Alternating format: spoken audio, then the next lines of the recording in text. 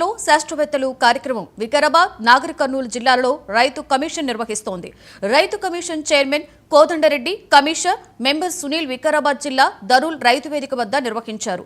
రామాయంపేట మండలం రైలాపూర్ వద్ద వేదిక వద్ద కమిషన్ మెంబర్ రాములు, నాగర్ కర్నూలు జిల్లా వంగూరు మండలం కొండారెడ్డిపల్లి రైతు వేదికలో కేవీఎన్ రెడ్డి తదితరులు పాల్గొని రైతులకు శాస్త్రీయ పరిజ్ఞానం అందించేలా ప్రసంగాలు చేశారు.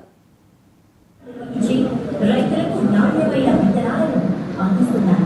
పశు వైద్య శాస్త్రంలో ఎంబ్రియో ట్రాన్స్ఫర్ సాంకేతిక పరిజ్ఞానంలో ఒంగోలు జాతి ఆవుల సంరక్షణ చేయడం, కోళ్ల పెంపకంలో జూలీ 90 జాతి కోళ్లు పౌల్ట్రీ పరిశ్రమ అభివృద్ధిలో ప్రముఖ పాత్ర వహించడమే కాకుండా దేశంలోని మొదటి స్థానంలో కీలక పాత్ర వచ్చే నీటి నాలుక వ్యాధి వ్యాక్సిన్ తయారు చేశారు. వ్యవసాయ విశ్వవిద్యాలయానికి సుమారు 21 పేటెంట్లు లభించాయి.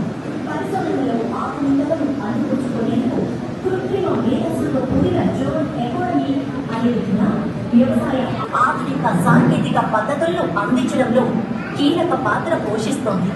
రైతు నేస్తం వీడియో కాన్ఫరెన్స్ ప్రత్యక్ష కార్యక్రమాన్ని మార్చి 6, 2024 గౌరవ ముఖ్యమంత్రి శ్రీ యనమల రేవంత్ రెడ్డి గారు ప్రారంభించారు. ఇది దేశంలోనే విత్తన మేళ నిర్వహించి రైతులకు నాణ్యమైన విత్తనాలను అందిస్తున్నారు.